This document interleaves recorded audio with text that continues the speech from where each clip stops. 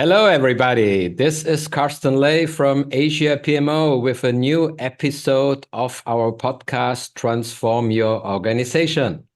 Today, we have Yina Han, founder of New Bloom Consulting and Coaching in Singapore. Hello, Yina. How are you? Hi, Carson. I'm great. Thank you for inviting me for here today. Yes. Can you speak a little bit up, please? No problem. Can you please introduce yourself?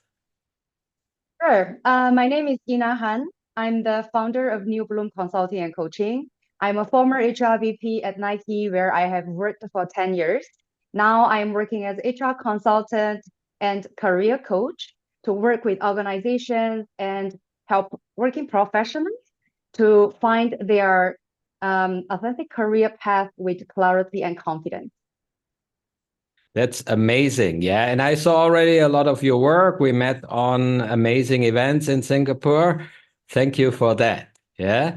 So in our podcast, we normally speak about transformation challenges in organizations. And as you do HR consulting and personal coaching, where do you see people personally struggle and where do you see is challenging when they face transformations in their companies?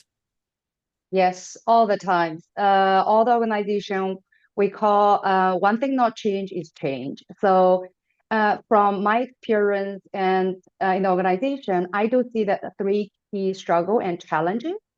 First is uncertainty, because transformation means that we don't have all the answer ready, and it's very common that feel uncertain um, from that what will happen and what's the impact on me, what's the impact of my work. So I think that's where people will start to be anxious about all these transformation and changes. And then following next, the struggle that will impact people is the fear of failure. Again, the uncertainty is coming from no answer. It could be successful, it could be not successful. And again, it's connect to everyone's job and the role. So that coming from everyone's fear. And finally, from the organization's perspective, which there's a significant challenge through transformation, is that all this uncertainty, anxiety, and fear of failure impact directly to employees' engagement. So people will definitely lose their engagement and not performing at the best or even not performing as usual. So people start to talk about, hey, you know what, I cannot focus on the work. I'm waiting for what will going to happen. So I think these are challenges from individual employees and also from organizations, how they need to focus on. Yeah, I think especially the uncertainty part, right? I mean, people always speak about a safe environment. People leave companies because of safe environment. So how can you get organizations or managers ready for that? As yes, that's a good point. Uncertainty is everything where the transformation starts. So you can have all the answers ready, but most often that's not the case. We actually evolve on the way. We have a plan, but we'll evolve. I think how managers and staff can be ready for me from the HR VP's experience, I think it's the key communication. It's an open communication. There should be an open communication channel where managers and employees need to stay connected to share that why this is going to happen and what does this mean to them, so that this communication will help actually help employees to have more growth mindset rather than fears and to be on board to the organization's transformation plan rather than separate them from the organization and see this as a something that negative thing or there will be a significant impact on them. And also one thing to me is very, very important is the employees' skill development. So when an organization or even a function do a transformation, people will feel more engaged and more safe space if they have been communicated the purpose and objective of this transformation. At the same time, the organization and the manager provide some tools and opportunities to develop the employee's skill to be aligned with the future organization transformation direction. it will give a lot of security and let people feel like, oh, I am part of this transformation. I am getting support to be ready for the future work. So that is the key and very essential for managers and staff to be ready for. Yeah, I agree. I mean, for us also, communication and transparency is key when we run transformation projects with companies, right? Now, can you give us an example when you coach somebody or from your personal background? What would you advise people? So, what was the situation? What was the transformation? And what did you advise, or how did the coaches come up with solutions? Yes, in my experience, actually a lot of organization transformations and business transformation. One thing that I remember very clearly and it's so memorable is that it is not even one time of transformation, it is a multi-year transformation, and it's a long journey, more than 2 years. Um, at that time, how we define this is a successful transformation is that from the very beginning, we started a conversation to the existing teammates. Hey, this is what is our vision, this is our purpose. We are shifting a new way of doing things, and there are this skill set is something new, but it is a key skill that we required for the future of the organization so that we start to develop the skills while we're developing our transformation plan at the same time. And then we do the assessment for the employees and also the leaders. So we make sure our existing employees are on the same pace of the transformation. Okay, I understand, but you have to Yes. tell us what was the transformation about. We need a real example. So what was the story? What did you Okay. transform? Which skills? Okay, please. Okay. Sorry. I have those kind of confidentiality might be still inside of me, but yes, I got it. Um, we did a transformation from the way that we work at I'm not sure where I can disclose. The framework, the way that how we work, this is totally changed. From in the past, it's more like manual work. Then we shifted to everything is digital. So it scared people. I said, okay, I'm not a digital person. I'm not a AI person. I'm a kind of a very engineering person. And now you are expecting me to do something strategic thinking and then digitalization and a lot of new requirements. Um, so that's the shift, the biggest shift they are moving. The business, how we deliver the business, the framework, the tool has been changed. And again, what I emphasize here is that it impacted what the skill set needed from the people. So So what skills had to change? So what skills did they had previously and were probably not enough? And what were the skills they had to learn? yes, the data analytics skill is one Mhm. of the very key changes. And another change is the communication skill. So in the past, engineers and some of the functional employees, they don't actually feel that communication is something their requirement, key competency. But through the business model change, your influencing skill and negotiation skill and storytelling skill, how to tell a compelling story even through a pitch deck, is becoming very significant, the key skill. And the last skill that we uh, identified would be a gap is the strategic thinking. In the past, the strategic thinking and enterprise thinking is we require from the leadership level. But as we shift the business model in new days, new way of working, we require all the employees equip a certain level of strategic thinking and connect the dots in what they are doing into contributing to biggest the object organization object. So these are the skills that in the past people doesn't feel I really need it. I have my expertise in what I'm doing enough.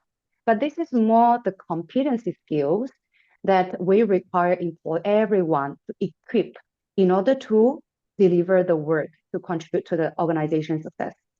So that's the key shift that I faced.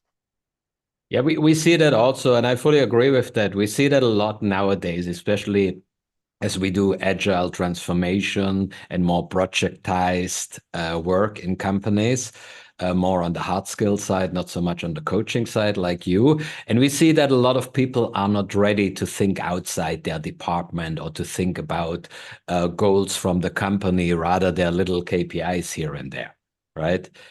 That's right. Shifting the conversation a bit, I know you have a lot of clients who probably want to transform also in their careers, not in the organization itself. They are probably don't feel they have enough challenges anymore, or they wanna grow somewhere else. What do you advise them normally, and how do you build up your coaching there? Yes, that's true. Everyone come to me, the client that come to me, they already bring a certain of action plan. I want to do something. I want to jump a job. I want to change the function. I want to do something. From my perspective as a coach and a consultant and HR expert, I do see what I want to do is an action plan. But what's missing from most of my client is what? So what's the purpose? And the clarity is missing about why they want to change the job and what's the key purpose of change of function or going to a course even. So I start to ask all these powerful questions to bring that clarity, what they really want, before they want to say, oh, I don't have enough challenges. Challenge for me, again, is an action plan. It's part of the action plan. It's not even everything matters about your development.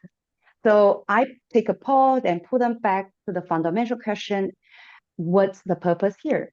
And then we move to once we clarified and have that very clear objective and purpose, then we start to think about, so what's the right development opportunity? What's the how that most suitable for your objective and the purpose?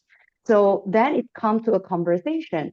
Is it really missing a challenges, or is it you perform in existing work, but you need more development opportunities that targeted and contributed to the purpose. So often it's have to 50% is about the, oh, I don't have a challenge. But also I see often that it's about that they are, okay, now I clear what's the opportunities missing. It's not a new stretch assignment. It's not that I'm changing a job. It's not I go outside to attend a program or get a certification. But this is how, this is the right opportunity that I do. It could be mentoring, it could be hosting event if they want to develop a certain competency. So it looks different.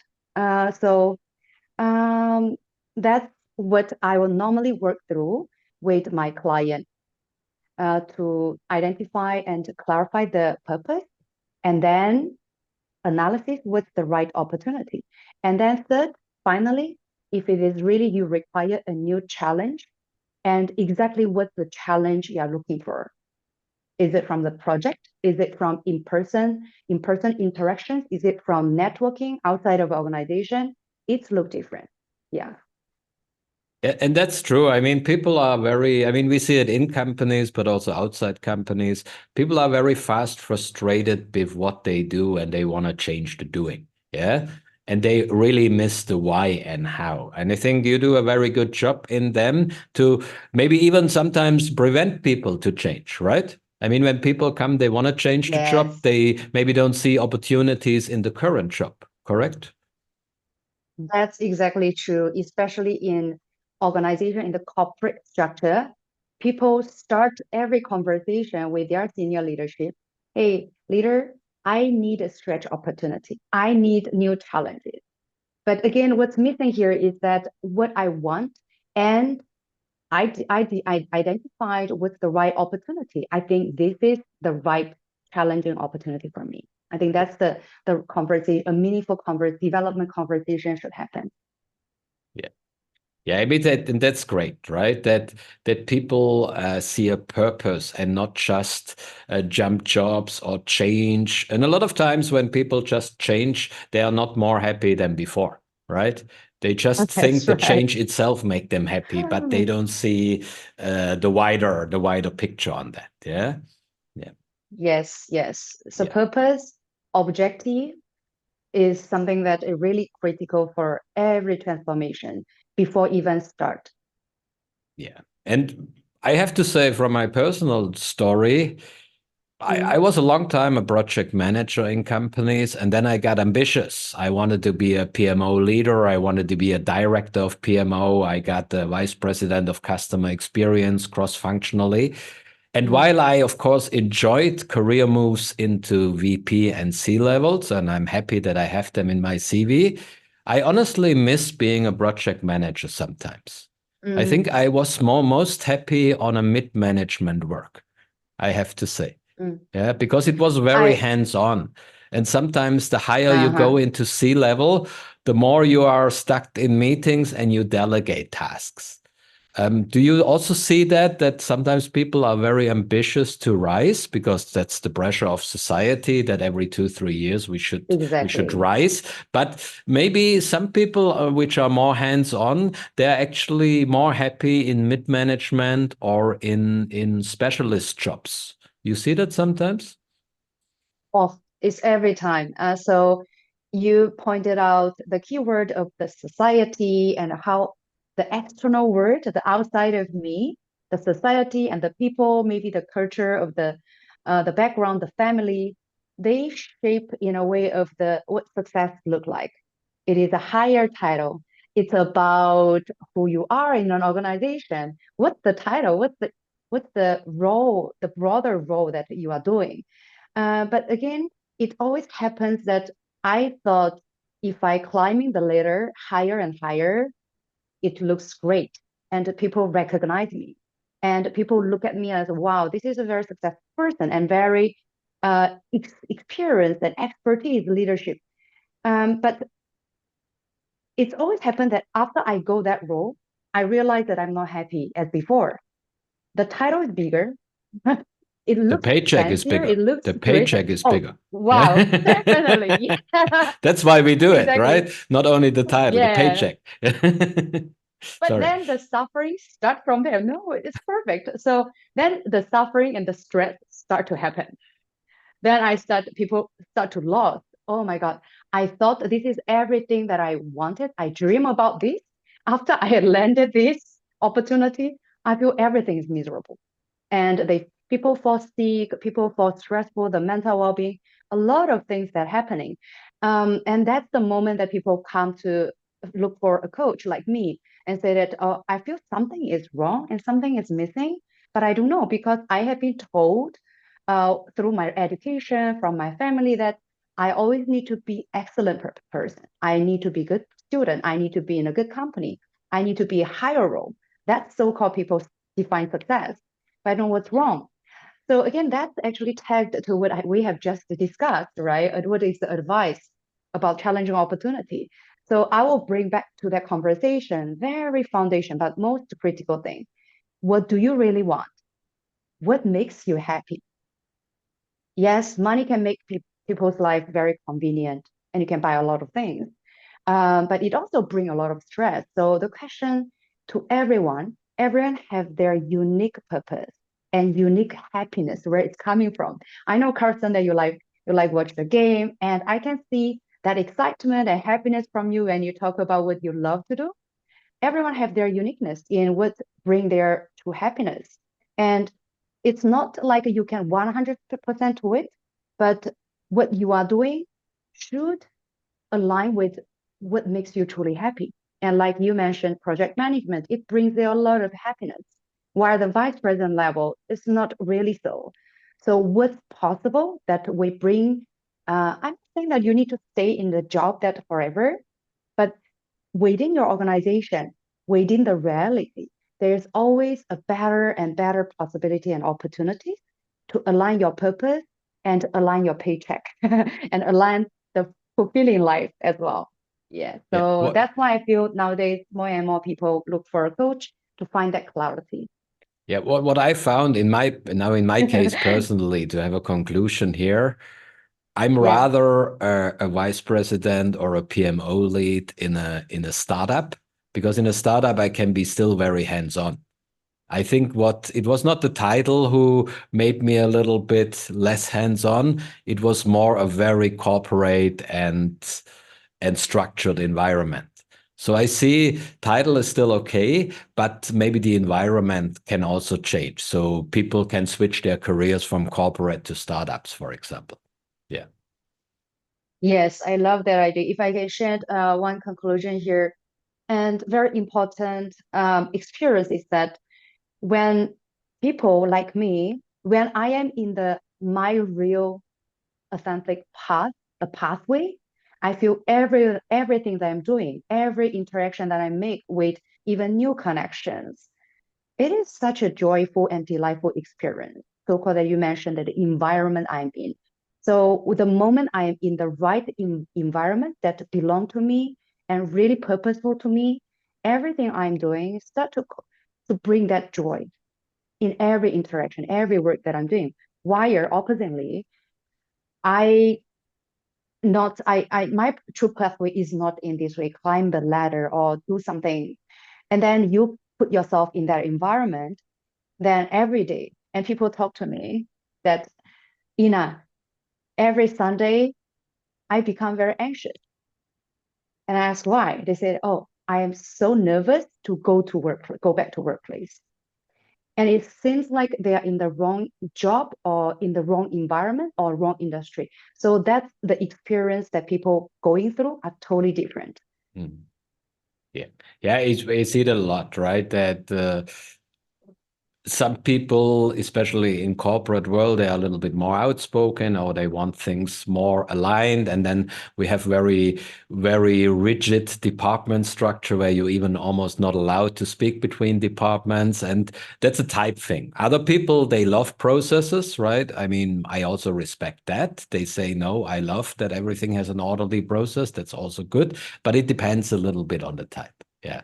Thank you for the insight. Exactly. I think to wrap up, what you said is, first, it's important that as an organization, we help people to transform with the right training, with the right coaching, with the right communication. So we cannot just tell people there's a transformation, jump on it, right? That will frustrate people, right? And then on the personal level, you said very well that people want to know the purpose and why of the transformation, so that they are really Exactly. onboarded on it.